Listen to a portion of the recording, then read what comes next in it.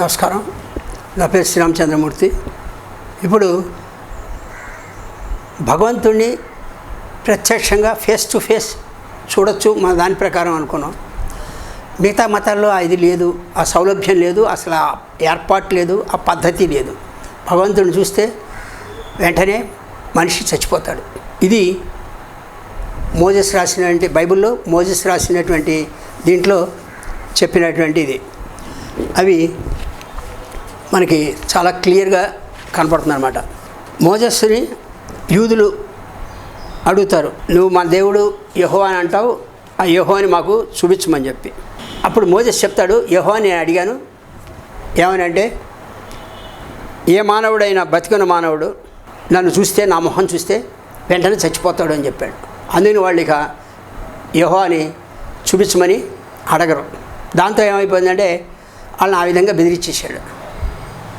ఇది యెహోవాని తను సృష్టించాడు, అది నిజంగా లేడు యెహోవాని. అతను ఒక 6 రోజుల సృష్టి, ఇవన్నీ కూడా తను కల్పించినట్టే కాదు ఇవన్నమాట. మొత్తం అన్నీ కూడా తను కల్పించినటువంటివి. ఇవన్నీ కల్పించినవని మనకు ఎలా తెలుస్తాయంటే, మోజెస్ బైబిల్లో మనకి 5 పుస్తకాలు మొదట ఉంటాయి. ఒకటి ఏంటంటే సృష్టి కాండము, దాన్ని జెనిసిస్ అంటారు ఇంగ్లీష్లో. రెండోది ఎక్సోడస్, దాన్ని తెలుగులో మనం నిర్గమకాండం అంటారు. మూడోది లెవియకాండము, అంటే ఏంటంటే దాన్ని లెవియకాండాన్ని అంటే లెవిటికస్ అని అంటారు. నాలుగోది నంబర్స్ అంటే సంఖ్యాకాండము. ఐదోది డెట్రానమీ ఇంగ్లీష్లో, దీన్నే తెలుగులో ద్వితీయోపదేశ కాండము అంటారు. ఈ 5 కలిసి మోజెస్ ఓ పుస్తకం రాశాడు, ఈ 5 అధ్యాయాలతో, పెద్ద అధ్యాయాలతో. దీన్ని తోరా అని పేరు పెట్టాడు. ఇప్పుడు దేవుడి పేరు వచ్చింది కదా యెహోవాని. యెహోవాని పూజ చేయాలంటే ఏం చేయాలంటే, ఇప్పుడు ఈ తోరా గ్రంథాన్ని, ఈ 5 అధ్యాయాలతో ఉన్నట్టు గ్రంథం, ఇంక వేరే ఏం లేదు పుస్తకం. ఈ దీంట్లోనే కేవలం 5 అధ్యాయాలే. ఇవి బైబిల్లో మొదటి 5, తర్వాత బైబిల్ అనేది తర్వాత వచ్చింది. మొట్టమొదటి ఈ పుస్తకం పేరు తోరా. ఈ తోరా పుస్తకాన్ని నెక్స్ట్ యెహోవా మోజెస్కి 10 నిబంధనలు, 10 కమాండ్మెంట్స్ అంటారు. మీరు సినిమా కూడా చూసుంటారు అందరూ, 10 కమాండ్మెంట్స్ అని, దశాజ్ఞలు, దాన్నే డెకలాగ్ అని కూడా అంటారు. అయితే ఈ 10 నిబంధనలతో కూడిన ప్రతివాడు ఎలా ఉండాలి అనేటువంటి దాని మీద యూదులకి అది చెప్పటం. అంటే ఏంటి, యెహోవానే నమ్మాలా, యెహోవా కాకుండా ఇంకే దేవుడిని నమ్మకూడదు, అలా చేసినట్టయితే వాళ్ళని రాళ్ళు పెట్టి కొట్టి చంపేయాలా, ఇలాంటివన్నీ కొన్ని రూల్స్ రెగ్యులేషన్స్ అన్నీ ఉంటాయన్నమాట. విగ్రహారాధన చేయకూడదు, ఎవడైనా విగ్రహారాధన చేస్తే వాడిని చంపేయాలి, రాళ్ళు కొట్టి చంపేయాలి. ఇవన్నీ కూడా ఏంటంటే ఈ రకమైనటువంటి రూల్స్తో పెట్టాడు. మిగతా 6 తల్లిదండ్రులు గౌరవించాలి, ఇవన్నీ అంతకుముందు ఉన్న మతాల్లో అందరి దగ్గర ఉన్నవి, అవన్నీ కాపీ కొట్టాడు. ఈ విధంగా అంటే దశాజ్ఞల్ని తయారు చేశాడు. ఈ దశాజ్ఞలను రాతి పలకల మీద రాశాడు. ఇప్పుడు ఈ పుస్తకాన్ని రాతి పలకల మీద, 2 రాతి పలకల మీద రాసినటువంటి ఈ దశాజ్ఞలు అంటే 10 కమాండ్మెంట్స్ని పెట్టి మనం చూసుకున్నాం. మనం 6 రోజుల సృష్టి, 7వ రోజు సబ్బాత్ అని చెప్పి, 6 రోజుల సృష్టి, 7వ రోజు సబ్బతి, దీపస్తంభ సంభ, ఇవన్నీ కూడా ఏంటంటే ఒక చోట పూజా మందిరంలాగా పెట్టాలి. అంటే కట్టడం లేదు ఇక దేవాలయం. అప్పటి కాలంలో ఏంటంటే ట్యాబర్నాకిల్ అంటారు, అంటే గుడారం, పెద్ద గుడారం వేసేస్తాడు. ఆ గుడారంలో ముందు వైపున ఇవన్నీ పెడతారు, ఈ పూజ దేవుడికి సంబంధించినటువంటిది కూడా. ఇవన్నీ పెట్టి ఇప్పుడు ఏమేమి పెడతారు, ఇప్పుడు మోజెస్ రాసినటువంటి తోరా గ్రంథం 5 అధ్యాయాలతో ఉన్నటువంటిది, నెక్స్ట్ ఈ దశాజ్ఞలు అంటే 10 కమాండ్మెంట్స్, నెక్స్ట్ దాని మీద ఏం చేస్తారంటే ఇవి పెడతారు. ఇప్పుడు చెప్పాను మెనోరా అని చెప్పాను, ఈ 6 రోజులు సృష్టికి చిహ్నంగాను, 7వ రోజు సబ్బాత్ రెస్ట్గా ఉన్నటువంటి దీపం సమ్మె అది పెడతారు వెలిగించి. పెట్టిన తర్వాత ఏం చేస్తారంటే దానికి దూరంగా కొద్దిగా ఎడంగా ఒక బలిపీఠం ఉంటుంది. ఆ బలిపీఠం మీద ప్రతివాడు వచ్చి దేవుడి దగ్గరికి ఒట్టి చేతులతో రాకూడదట. అందుకని ఏంటంటే గొర్రెనో ఎద్దునో ఏదో ఒకటి తీసుకొచ్చి అక్కడ నరకాలి. అది వీళ్ళెవరు నరకడానికి వీల్లేదు. ఆ నరికిన తర్వాత ఏం చేయాలంటే అని జంతువుల్ని పక్షుల్ని వీటన్నిటిని నరికి ఆ నెత్తురంతా కూడా చిమ్మి అదంతా మొత్తం అంతా చేయాలి, వాళ్ళ మీద కూడా చిమ్ముకోవాలి. చిమ్మిన తర్వాత ఏం చేయాలంటే ఈ నెత్తురు అంటే చాలా ఇష్టం అంట ఆ దేవుడికి. అందుకని ఏంటంటే ఈ నెత్తురు ఎవరు తాకూడదు ఈ నెత్తురుని, అది ఎంత దేవుడికే అర్పించాలా. ఇప్పుడు ఆ బలిపీఠం మీద నరికిన జంతువుల్ని విడిగా కాల్చాలి తీసుకెళ్ళి. ఆ కాలిస్తే చాలా కమ్మని వాసన వస్తుందిట. ఆ వాసనకి యెహోవా దేవుడికి చాలా ఇష్టం అంట. అది ఇది వాళ్ళ యొక్క ఇది ప్రక్రియ. ఇలా కొన్ని వందలు వేలు జంతువుల్ని చంపటం అనేది ఆచారం వచ్చేసింది యూదు మతంలో. ఒట్టి చేతులతో వెళ్ళకూడదు దేవుడి దగ్గరికి, చెప్పారు కదా, దేవుడే చెప్తాడు ఒట్టి చేతులతో ఎంటీ హ్యాండ్స్తో నా దగ్గర రావద్దని. వెళ్ళేటప్పుడు ఈ పశువుల్ని తీసుకెళ్ళి చంపి ఈ విధంగా చేయాలి.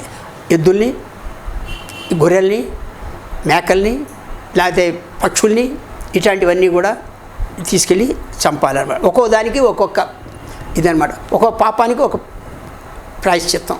ఇట్లా కొన్ని రూల్స్ పెట్టి ఆ రకంగా వాళ్ళు పూజా విధానాన్ని కొనసాగిస్తే ఇప్పుడు ఈ రకంగా నడుస్తుంది. వాళ్ళకి ఏంటంటే దేవుడు ఈ రకంగా చేసిన తర్వాత ఇప్పుడు మనమంతా కూడా ఒక లెవెల్ దాకా చెప్పుకున్నాం. ఈ యూదు మతంలో ఎలా వచ్చింది ఎక్సోడస్, వీళ్ళంతా జనం అంతా వెళ్ళి వీళ్ళందరికీ రాజ్యం ఇస్తానన్నాడు. మనం చెప్పుకున్నాం. అబ్రహాంకేమో ఒక ప్రామిస్ ఇచ్చాడు, నీ వారసులకి అంటే తర్వాత తరాల వాళ్ళకి నేను ఒక రాజ్యం ఇస్తానని. ఆ రాజ్యం పేరు ఏంటంటే ఆయన ప్రామిస్ చేశాడు కాబట్టి గాడ్స్ కింగ్డమ్ అని పేరు అన్నారు దాన్ని. అది ఎక్కడ ఇచ్చాడంటే అది నైల్ నదికి అటు ఉత్తరం వైపు దక్షిణ వైపు ఉండేట్టుగాను యూఫ్రటస్ నదికి మధ్యలో దగ్గరలో ఉండేటువంటి ప్రాంతం. దీన్నే ప్రస్తుతం ఇజ్రాయెల్ దేశం అంటాం మనం. దీన్నే లోగడ ఏమని పిలిచేవాళ్ళు అంటే ప్యాలెస్టైన్ అని పిలిచేవాళ్ళు. దీన్ని అంతకుముందు కేనాన్ దేశం అంటారు.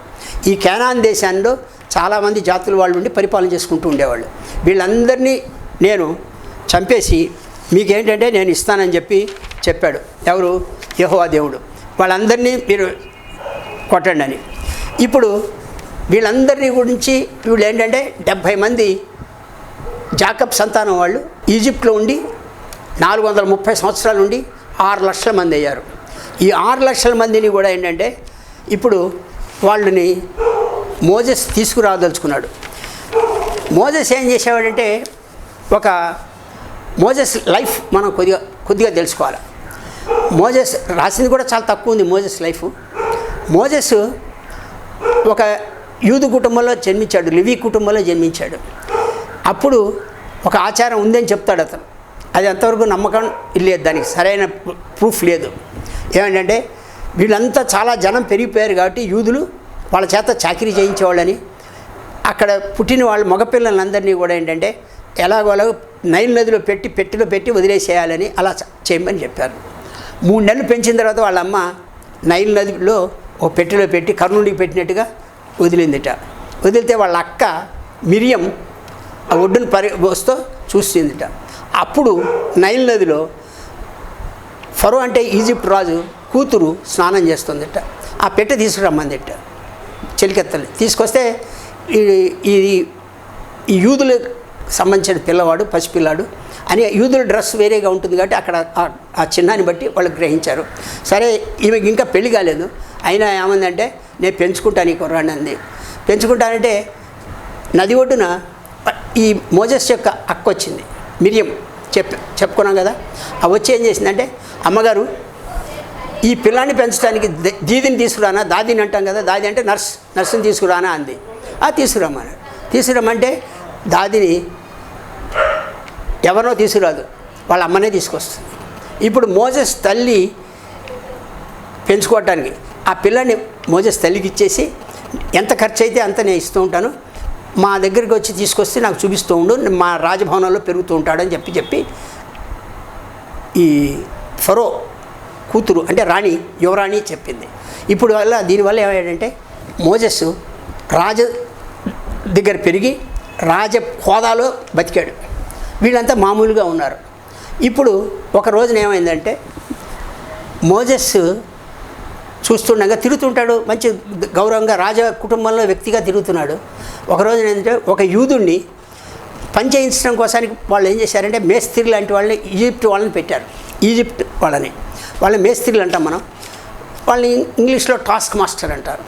ఈ టాస్క్ మాస్టర్ని పెట్టి వాడు ఏంటంటే సరిగ్గా పని చేయట్లేదని వాడు ఏం చేశాడంటే వాడిని కొట్టాడు బాగా. ఎవరు?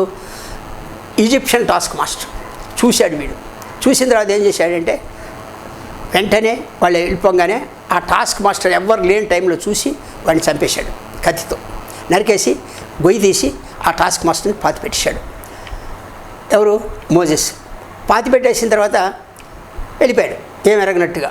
కానీ అది మనిషిని చంపడం చాలా తప్పే కదా. వాడు ఏం చేసినా అవతల వాళ్ళని కొట్టాడు అంతే తప్పితే పని చేయించడం కోసానికి వీడికి జాతి పౌరుషం అనమాట. యూదులు అంటే అంత ఇది అనమాట. యూదులు ఎవరికైనా దెబ్బ తగిలితే వీడు సహించడు అని మనకు అక్కడ అర్థమవుతుంది ఇతని క్యారెక్టర్. సో అందుకని ఏం చేశాడంటే వెళ్ళిపోయాడు. కొద్ది రోజుల తర్వాత 2 రోజుల తర్వాత ఇప్పుడు వచ్చాడు. అలా వెళ్తుంటే ఒక యూదుడు ఇంకో యూదుడు ఇద్దరు కొట్టుకుంటున్నారు. ఇద్దరు యూదులే కొట్టుకుంటుంటే ఇతను అన్నాడు, మోజెస్ అన్నాడు, ఏంటి మీరు కొట్టుకుంటారు ఎందుకంటే అని చెప్పాడట. ఒక యూదుడు అన్నాడు, ఏంటి నువ్వేంటి నాకు ఏమన్నా రాజు వేళ అయితే ఏంటి మా మీద పెత్తనం నువ్వేంటిరా నువ్వేంటయా నువ్వు మా మీద పెత్తనం నువ్వు అంటే రాజులాగా బిహేవ్ చేసేవాడు కదా, అంత రాజకుటుంబంలో తిరుగుతున్నాడు కదా, ఏంటి నీ పెత్తనం? మొన్న వాడిని చంపావే, చంపిన వాడిని పాతిపెట్టినాడు, నన్ను పాతిపెడతావా అని అడిగాడు వాడు.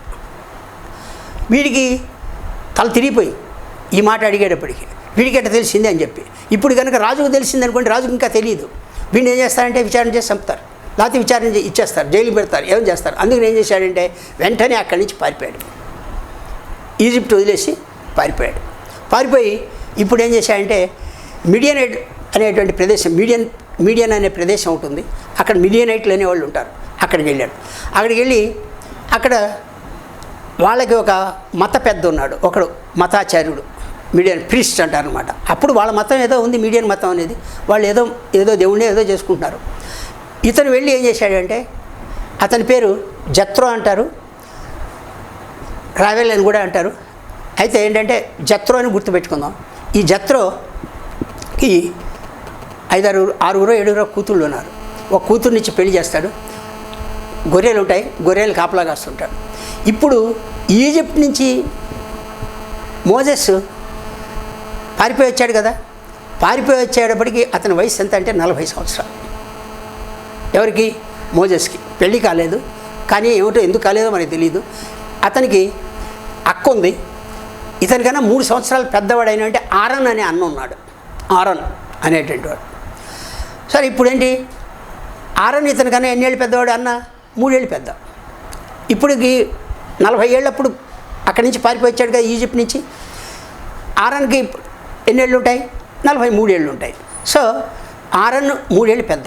ఇది గుర్తుపెట్టుకోవాలి. మరి ఆ రూల్ ఏదో ఉందే, మగవాళ్ళ పిల్లలందరినీ కూడా చంపేయాలి, నీళ్ళలో వదలాలి అనేది. మరి వాళ్ళ అన్నని ఎందుకు వదలా? మళ్ళీ ఇతని తర్వాత జోషువా అని వచ్చాడు. వాడిని ఎందుకు, ఇతని కానీ చాలా చిన్నవాడు, 10 ఏళ్ళు చిన్నవాడు, 15 ఏళ్ళు. అతన్ని ఎందుకు చేయలే? కానీ ఇతన్ని ఎందుకు చేశారు? ఇవన్నిటికీ ఆన్సర్స్ లేవు. ఎంతోమంది పుట్టారు, ఎంతోమంది తర్వాత వచ్చారు, పుట్టారు, అంతా ఉంది. ఇతనితో పాటు సమకాలీకులు కూడా 3 మంది ఉన్నారు. ఇతని వయసుతో వచ్చిన వాళ్ళు మొత్తం 6 లక్షల మంది ఉన్నారు. అయితే మగవాళ్ళే 6 లక్షల మంది ఉన్నారు. 70 మంది వెళ్ళి 6 లక్షల మంది అయ్యారు. సో అందుకని ఏంటంటే చాలా పెద్దది కాబట్టి 13 ఏళ్ళు వయసు కాబట్టి వెళ్ళి నడిచెళ్ళి నేను నర్సుని తీసుకొస్తానని చెప్పింది. మాట్లాడి అంతా కూడా తీసుకొచ్చి వాళ్ళ అమ్మనే ప్రవేశపెట్టింది. సో ఇప్పుడు మోజెస్కి తెలిసిపోయింది తను యూదుడు అని. వాళ్ళ అమ్మే పెంచింది కాబట్టి ఆ కుటుంబంలోనే పెరిగాడు. అక్కడ ఉంటుండేవాడు, ఇక్కడ ఉంటుండేవాడు. సో వీడు యూదుడని తెలుసు వాడికి. సో ఇప్పుడు ఏమైంది, ఈ మోజెస్నే మహమ్మదీలు మూసా అంటారు. సో ఈ తోరాని మహమ్మదీలు తౌరా అంటారనమాట. ఖురాన్లో రాసి ఉంటుంది. ఖురాన్ బేస్ కూడా ఇదే, ఈ తౌరా. ఇతను రాసిన 5 చాప్టర్స్ ఉన్నది ఇదనమాట. అయితే ఇప్పుడు ఏంటంటే ఇతను వచ్చాడు, ఇక్కడ ఉంటున్నాడు. ఎన్నాళ్ళు ఉన్నాడు? సుమారుగా 40 ఏళ్ళు ఉన్నాడు. 40 ఏళ్ళు అంటే అప్పటికి ఎన్ని ఏళ్ళు వచ్చినాయి? 80 ఏళ్ళు వచ్చినాయి. మోజెస్ జీవితాన్ని 3 రకాలుగా విభజించాలి. ఈజిప్ట్లో 40 ఏళ్ళు ఉన్నాడు. ఇప్పుడు మిడియన్ దేశంలో మాత్రం 40 ఏళ్ళు ఉన్నాడు. తర్వాత ఇంకో 40 ఏళ్ళు జీవించాడు. ఈ యూదులందరినీ ఈజిప్ట్ నుంచి తీసుకొచ్చి ఎక్కడికి? దీని పేరేంటి మన బయటికి తీసుకొచ్చి వాళ్ళకు ఒక రాజ్యాన్ని ఏర్పాటు చేయడం కోసానికి దేవుణ్ణి కొత్తగా దేవుడిని కనిపెట్టి యెహోవా దేవుని కనిపెట్టి వాళ్ళందరినీ కూడా దేవుడు రమ్మంటున్నాడు రండి అని చెప్పి లాక్కొచ్చి వాళ్ళని నమ్మించి ఆ విధంగా తీసుకొచ్చి ఒక 40 ఏళ్ళు అడవులో తిరిగాడు. రాజ్యం రాలేదు, చాలా చివరికి కొద్ది భాగాన్ని చేసి అదంతా తర్వాత చెప్పుకుందాం. ఈ రకంగా చేసిన తర్వాత మోజెస్ ఇప్పుడు ఈ మిడియన్ దేశంలో ఉన్నాడు. 40 ఏళ్ళు అంటే ఇప్పుడు ఇతనికి మోజెస్కి 80 ఏళ్ళు వచ్చినాయి. మోజెస్ ఆల్రెడీ మ్యారేజ్ చేసుకున్నాడు మిడియన్ జాతి అమ్మాయిని, యూద అమ్మాయిని కాదు. అక్కడ ఉన్నాడు చెప్పానుగా, జత్రో అనే ఒక అతను ఉన్నాడని, అతని యొక్క కూతుర్ని చేసుకుని గొర్రెలు కాస్తున్నాడు. ఏదో ఇద్దరు పిల్లలు పుట్టారు. దీని అన్నిటికన్నా ముఖ్యంగా ముందు తెలుసుకోవాల్సింది అంటే మోజెస్ ముందు అబ్రహాం గురించి వీళ్ళందరి గురించి రాశాడు కదా. రాస్తే దేవుడు యెహోవా కొన్ని విషయాలు చెప్పాడు. ఒకటేంటి 6 రోజుల సృష్టి మనం చెప్పాం. 7వ రోజు సబ్బాత్, ప్రతివాడు సబ్బాత్ పాటించాలి, ఆ రోజు రెస్ట్ తీసుకోవాలి. రెస్ట్ తీసుకోకపోతే ఏం చేయాలి? దేవుడు ఏం చెప్పాడంటే చంపేయాలి, రెస్ట్ తీసుకొని వాడిని. అంటే శనివారం నాడు రెస్ట్ తీసుకోకపోతే చంపేయటమే, క్వశ్చన్ లేదు. ఎందుకనంటే దీనికి ఒక కథ ఉంది, నంబర్స్లో చాలా చోట్ల ఉంది ఈ కథ. ఏమని అంటే ఒక కట్టెలు కొట్టేవాడు ఏం చేశాడంటే పుల్లలు ఏరుకునేవాడు, కట్టెలు కొట్టేవాడు కాదు, కట్టెలు పుల్లలు ఏరుకునేవాడు. పుల్లలు ఏరుకుంటున్నట్ట. ఇలా ఏరుకుంటున్నారని వచ్చి యూదులు చెప్పారు. ఇక్కడ బయటకు వచ్చిన ఎక్సోడస్ అంటే ఇక్కడ బయటకు వచ్చేసారు కదా ఈజిప్ట్ నుంచి, వాళ్ళు చెప్పారనమాట. చేస్తే ఏం చేయాలంటే ఏం చేయాలని యెహోవాని అడిగాడు. యెహోవా ఏం చెప్పాడంటే అందరూ రాళ్ళు పెట్టి కొట్టి చంపేయండి అని. ఆయన తీసుకొచ్చారు. పాపం అమాయకుడైనటువంటి ఆ కట్టెలు ఏరుకునేటువంటి చిదువులు ఏరుకునేటువంటి వాడిని రాళ్ళు పెట్టి కొట్టి చంపేశారు. ఇది మనకి చాలా ఈ ఘోరమైన ఇన్సిడెంటు కనపడుతుంది. ఇక నెక్స్ట్ అదే అంటే సబ్బాత్ అంటే చాలా ముఖ్యం అనమాట. అలా సబ్బాత్ పాటించకపోతే కొట్టేస్తారు. ఇక రెండోది ఏంటంటే యెహోవా ఒక అగ్రిమెంట్ చేసుకున్నాడు. ఎవరితో? అబ్రహాం గురించి చెప్పుకున్నాం కదా కిందటి సార్. దాంట్లో ఏమని చేసుకున్నాడంటే నీ వంశంలో పుట్టిన మగపిల్లాడికి 8వ రోజున శుంఠి చేయాలి. శుంఠి అంటే పురుషాంగంలో ఉండే చివరి చర్మాన్ని కట్ చేయాలి. ఈ శుంఠి ఆచారం అనేది యూదులది. చాలామంది తెలియక ఏమనుకుంటారు, మహమ్మదీయులది అనుకుంటారు. మహమ్మదీయులు యూదుల దగ్గర నుంచి తీసుకుంది. సో ఈ శుంఠి 8వ రోజున చేయకపోతే వాళ్ళని కూడా తన్నాలి. తెలిసిందా? చాలా ఇంపార్టెంట్. ఎందుకంటే మోజెస్ జీవితంలోనే మోజెస్ భార్య పేరు జిప్పోరా అయితే ఇప్పుడు తిరుగుతున్నప్పుడు వాడి కొడుక్కి శుంఠి చేయించలా మోజెస్. వెంటనే యెహోవా దేవుడు మోజెస్ని చంపేయడానికి వచ్చేసట. దాంట్లో రాసింది బైబిల్లో. చంపేయడానికి వచ్చేటప్పుడు వెంటనే తన భార్య జిప్పోరా గ్రహించిందిట యెహోవా దేవుడు చంపేస్తాడని. ఇవన్నీ రాశాడు ఎవరు? మోజెస్. అయితే ఏమైంది? వెంటనే ఏం చేసింది అంటే ఒక పదునైన రాయి తీసుకుని ఆ చిన్నపిల్లాడికి ఆ పురుషాంగం యొక్క చివర ఇది ఉంటుంది కట్ చేసేసి రాయితో కట్ చేసేసి వీడి కాళ్ళ దగ్గర పడేసి నువ్వు నేను బ్లడ్ రీచా మనం అంతా కూడా భార్యాభర్తలు అని చెప్పిందిట. దేవుడు అప్పుడు శాంతి ఇచ్చాడు. అంటే దేవుడికి ఇప్పుడు సబ్బాత్ ఎంత ముఖ్యమో దానికన్నా ముఖ్యమైనది ఏంటంటే ఇప్పుడు శుంఠి చేయకపోతే మాత్రం 8వ రోజున ఊరుకోడు. ఇది ఏమిటి లాభం అంటే సబ్బాత్ అంటే సృష్టితం చేశాడు కాబట్టి 7వ రోజున పోనీ ఏదైనా. దీనివల్ల ఏంటంటే ఇలాంటి ఆచారాలన్నీ కూడా దేవుడి పేరుతో ఇవన్నీ కూడా ఇంట్రడ్యూస్ చేశాడు. ఇప్పుడు వాళ్ళందరికీ కూడా ఏంటంటే ఇక్కడి నుంచి తీసుకొచ్చాడు కదా. ఎక్కడి నుంచి తీసుకొచ్చాడు? ఈజిప్ట్ నుంచి వీళ్ళందరినీ తీసుకురావాలి. ఇంకా తీసుకురాలేదు, మనం దాని గురించి చెప్పుకోలేదు. ఇప్పుడు మిడియనైట్ల దగ్గర ఉన్నాడని చెప్పుకున్నాం కదా. ఇక్కడ నుంచి బయలుదేరాడు. సడన్గా ఇతని పేరేమి మోజెస్కి ఉన్నటువంటి ఆ గొర్రెలు మేపుతుంటే ఒక బుష్ తగలబడుతున్నట్టు కనపడితే అప్పుడు ఏం చేశాడంటే మోజెస్ చూస్తే తగలడుతుంది. దాంట్లోంచి ఆ తగలడుతున్న పొదలోంచి ఒక వాయిస్ వచ్చి వినపడిందిట. మోజెస్ అని ఒక ఏంజిల్ కనపడిందిట. మోజెస్ అని చెప్పి వస్తే అదే యెహోవా అంటాడు ఇతను. ఏమనంటే రా దగ్గరికి అన్నట్ట. ఈయన వెళ్ళేట. వెళ్ళిన తర్వాత ఏంటంటే ఇప్పుడు చచ్చిపోయాడు ఫరో. ఇప్పుడు ఏంటంటే నీ వాళ్ళంతా అక్కడ ఉన్నారు, వాళ్ళని నేను తీసుకొస్తానని ప్రామిస్ చేశాను. అందుకు నువ్వు వెళ్ళి అక్కడ ఏంటంటే ఈజిప్ట్కి వెళ్ళి కొత్త రాజు వచ్చాడు ఇప్పుడు, అందుకు నీకేం భయం లేదు. నువ్వు వెళ్ళి ఆ కొత్త ఫరో వచ్చాడు, మీ వాళ్ళందరినీ యూదులందరినీ తీసుకొచ్చేసాయి. నేను నత్తివాడిని, నేను సరిగ్గా మాట్లాడలేను కదా అంటే, మీ అన్న ఉన్నాడు, నీ తరఫునంతా వకాలత తీసుకుని మాట్లాడతాడు, వెళ్ళు అని చెప్పి పంపించాడు. ఇప్పుడు మోజెస్ తనంతటనే రాజు మారాడు కాబట్టి, రాజు చచ్చిపోయిన తర్వాత కొత్త రాజు వచ్చాడు కాబట్టి అతనికి ఈ విషయాలని తెలియవు కాబట్టి వెళ్ళాడు. ఇది దేవుడి మీద పేరు చెప్పాడు, వెళ్ళాడు అక్కడికి, మళ్ళీ ఈజిప్ట్కి వెళ్ళాడు. మా దేవుడు రమ్మంటున్నాడు, మా వాళ్ళందరినీ వదిలేయి నేను తీసుకెళ్ళిపోతానని. వాళ్ళంతా చాలామంది ఉన్నారు. ఇప్పుడు నంబర్ కొన్ని చోట్ల 20 లక్షలు అంటాడు, మొత్తం మీద మగవాళ్ళు మాత్రం 6 లక్షల మంది ఉన్నారని అంచనా మనకి తెలుస్తుంది. అయితే ఇప్పుడు వాళ్ళందరినీ రమ్మన్నాడు, దేవుడు రమ్మన్నాడు. వచ్చేటప్పుడు ఏం చెప్పాడంటే వాళ్ళందరికీ ఇప్పుడు కొన్ని మహిమలు చేశాడు. వాడు పంపించనన్నాడని, ఏంటి ఆ దేవుడు వాళ్ళ రాజు ఈజిప్ట్ ఫరో రాజు పంపించనన్నాడని, అతని గుండె చాలా గట్టిగా రాయిలాగా అవటం కోసం పంపించకుండా ఉండేట్టుగా యెహోవా దేవుడు చేస్తున్నాడు. యెహోవా దేవుడు కొన్ని మహిమలు చేస్తాడని, మ్యాజిక్స్ ట్రిక్స్ చేస్తాడని కొన్ని కల్పితాలన్నీ కూడా చేశాడు. సుమారుగా 12 రకాలైనటువంటి ట్రిక్స్ మ్యాజిక్స్ చేశారు. ఏంటంటే అన్నీ కూడా ఏంటంటే నల్లులు, దోమలు, బలులు ఇట్లాంటివన్నీ రావటం, అవన్నీ కప్పలు, ఈ విధంగా ఏంటంటే ఏమి చూసినా అంతా అక్కడ ఉండటం. అలాగే నదుల్లో ఉన్న రక్తం అంతా కూడా, నదుల్లో ఉన్న నీళ్ళన్నీ కూడా రక్తంగా అయిపోవటం అని ఈ విధంగా చేసి మొత్తం మీద ఏంటి బెదిరించి అక్కడి నుంచి వస్తూ వాళ్ళందరినీ కూడా యూదులకి ఏం చెప్పాడంటే, దేవుడు చెప్పాడు, ఏమని చెప్పాడంటే, మీ అందరూ వాళ్ళ ఫ్రెండ్సే కదా, మీ అందరూ వాళ్ళు ఎవరు అక్కడ ఉన్నటువంటి ఈజిప్ట్ వాళ్ళందరికీ ఫ్రెండ్షిప్లో మంచితనంలో మీరు ఏం చేస్తారంటే వాళ్ళ దగ్గర ఉన్న బంగారం, నగలు అన్నీ ఏవైతే ఉన్నాయో అవి విలువైన వస్త్రాలు, ఇవన్నీ వస్తువులు, వెండి ఇవన్నీ కూడా తీసుకుని ఎరువుగా మళ్ళీ ఇచ్చేస్తామని చెప్పి తీసుకుని అన్నీ తీసుకుని మూట కట్టుకు వచ్చేసేయండి అని చెప్పి. మొత్తం వాళ్ళు నమ్మి పాపం వీళ్ళు మరి అంత ద్రోహంగా అంత బానిసలుగా చూసేటైతే ఎందుకు ఇస్తారు వీళ్ళకి? అవన్నీ తీసుకుని వచ్చేసారు మూట కట్టు వేసుకుని, ఎవడికి వాడు పక్క వాళ్ళ దగ్గర నుంచి, యూదుల దగ్గర నుంచి. దీన్ని బట్టే మోజెస్ మాట ఎంతవరకు నమ్మాలో మనకి, నమ్మకూడదో మనకి అర్థమవుతుంది అనమాట. చేశారు. ఎందుకంటే మోజెస్ మాటలు రాసినటువంటివి మనం నమ్మాల్సిన అవసరం లేదని మనకి మోజెస్ రాసిన రాతల్లోనే ద్వితీయోపదేశ కాండం అని ఉంది. దాంట్లో మనం చూస్తే ఆయన మరణ క్రమం రాశాడు చివరిలో, ద్వితీయోపదేశ కాండంలో చివరి అధ్యాయంలో రాశాడు. ఆ చివరి 5 వాక్యాలు కనుక చూసినట్టయితే, డెట్రానమీ అంటారు దాన్ని, ద్వితీయోపదేశ కాండంలో మోజెస్ చనిపోయాట, తన 120 ఏట చనిపోయిన తర్వాత అంత ఆరోగ్యం బాగానే ఉంది, అంతవరకు బాగానే ఉంది, చనిపోయాడు. చనిపోయిన తర్వాత ఆయన్ని యెహోవా దేవుడు సొంతంగా తన చేతులతో తను పాతిపెట్టాట. మంచిదే అది, కానీ చచ్చిపోయిన తర్వాత దేవుడు పాతిపెట్టాడని వీడు ఎట్ట రాయగలిగాడు? ఇది అది చాలా విచిత్రంగా ఉంది.